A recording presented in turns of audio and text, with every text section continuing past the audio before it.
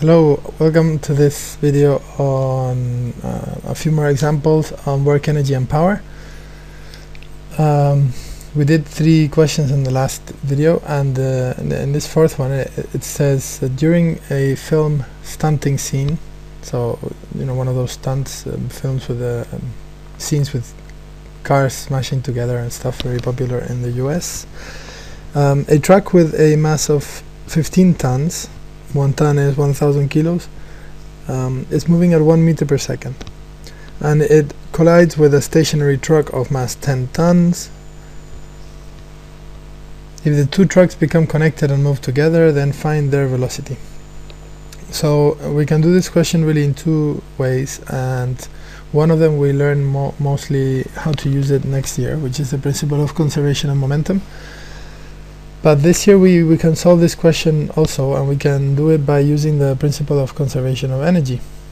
And so given that the question asks us to calculate this and doesn't tell us anything about energy being lost to friction and sound, etc., or although there would be quite a lot of energy lost to all of those things, we are meant to intuitively know from the question that we can use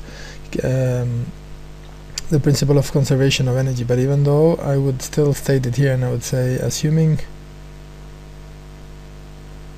no energy is lost, sorry, not lost, converted, no kinetic energy is lost, so no energy,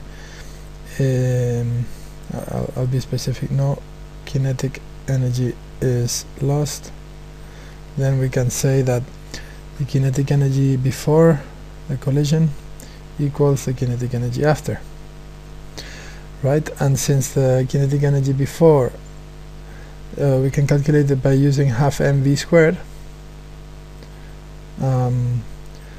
so we can say kinetic energy before is equal to half mv squared of one truck plus half mv squared of the other. But the second truck is stationary, says here it's stationary, so the velocity is 0, so this will be 0, so then there's only one of them which contributes to the kinetic energy, and the mass is 15,000, the velocity is 1, so 1 squared is just 1, mass is 15,000 and a half, so 15,000 divided by 2 is 7,500 joules. That's the energy, the kinetic energy of the total kinetic energy before the crash, and that will be exactly the same as the kinetic energy after,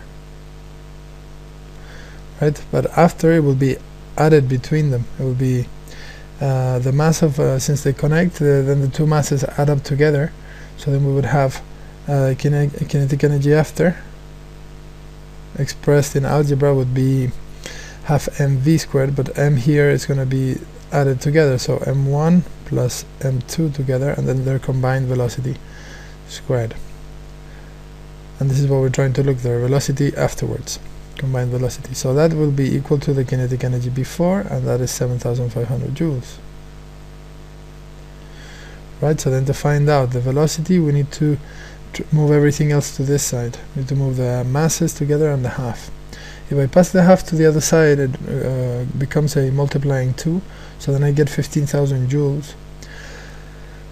And 15,000 joules we need to divide it by the addition of the masses, and the masses is 15 tons plus 10 tons, so that's 15 plus 10 is 25, 1 ton is 1,000, so that's 25,000 kilograms.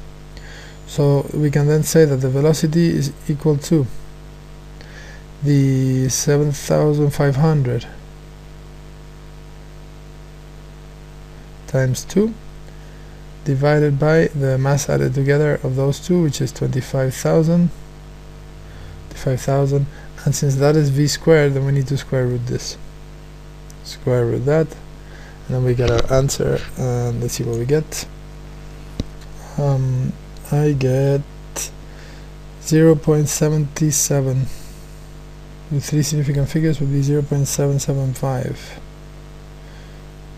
2 is probably enough for our velocities, and this is a little bit too accurate, but I can say 0.77 I'll do it to see significant figures anyway. 0.775 meters per second.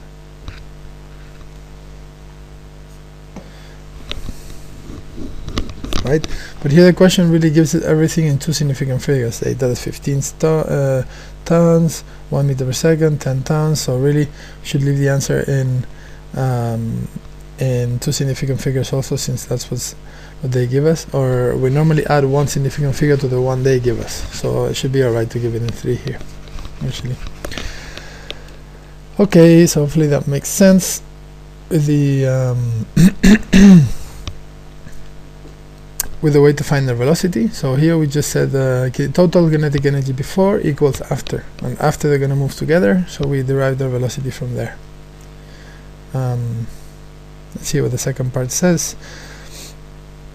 Second part says, what's the kinetic energies of both trucks before the collision? Well, one of them, truck number 1, we already calculated it, is this one here, 7,500 joules. So the kinetic energy of truck 1, number 1, is equal to 7,500 joules. Kinetic energy of truck 2 before the collision, right, that's what they're asking, is equal to 0 joules, because it's not moving at all. So that's fine. And then the kinetic energy of both after the collision. Well, the kinetic energy of both, it's this. If this is their velocity, then we can calculate the kinetic energy of each one. So we can say kinetic energy of truck 1 after, right, after, is equal to half mv squared, which is 1/2 times 15 tons, I think is this truck. Yeah, 15 tons times 15 tons times the velocity squared, which is 0.775. I'm going to use the full number because I don't like rounding up. The full number was something like 77459, etc. So I use all of that squared, and that is equal to, so I'm going to square the velocity now, multiply it by 15 tons, and then multiply it by 0.5.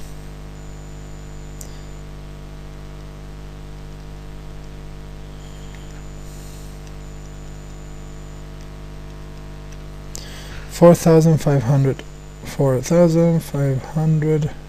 joules. That is the kinetic energy of the first truck after the collision. What about the second one? Let's do the same thing. So kinetic energy of truck 2 is equal to half mv squared, and that's going to be 1/2 times the 10,000, which is 10 tons is its mass, times its velocity, and it's the same velocity exactly, so that's 0.77459, etc. And we gotta do that squared, let's not forget. So that squared is 0.6 times 10,000 times 0.5, 3,000 joules. 3,000 joules is the energy, the kinetic energy of the truck number 2 after the collision. So in part D says comment on the answers to part B and part C. So let's see what's really happened. So initially there was an amount of energy which was 7,500 joules, and all of it was on the first truck. Then later, out of those 7,500, it split up in this way. 4,500 joules after the collision was on the first truck, and 3,000 joules went to the second truck. And if we look at their masses, the first truck has a mass of 15 tons, and the second truck has a mass of 10 tons. So the ratio between these two masses really is 1.5, right? If this is 10, then that's 1.5. So the ratios are ratio of masses 1.5. And if we look at their energies, this one ends up with 4,500 of joules, and this one ends up with 3,000 joules. And if we look at the ratios, 1/2 of this is 1,500. So really, if we divide 4,500 by 3,000, we also get the 1.5 ratio. So the ratio of the energies of kinetic energies is also 1.5. So we can see here that the heavier the more massive the truck is, the more kinetic energy it gets from the final share of total energy. And that's really as much as they wanted us to say here on the comment. And obviously to observe that 1000 the 3000 plus 4500, sorry, is the same thing exactly as the total 7500. So the other thing that we could mention here is that 3000 plus 4500, so okay, these were the same, sorry, yeah, same ratio, which is kind of interesting to note. And here that the two energies, individual energies,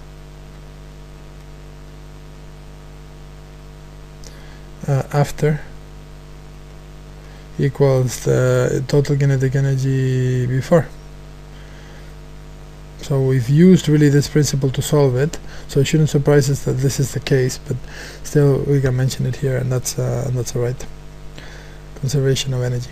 Okay, so hopefully all of that makes this a little bit more clear, starting to use these principles to solve problems, and in the next video we'll do a slightly more tricky one. Until then, take care.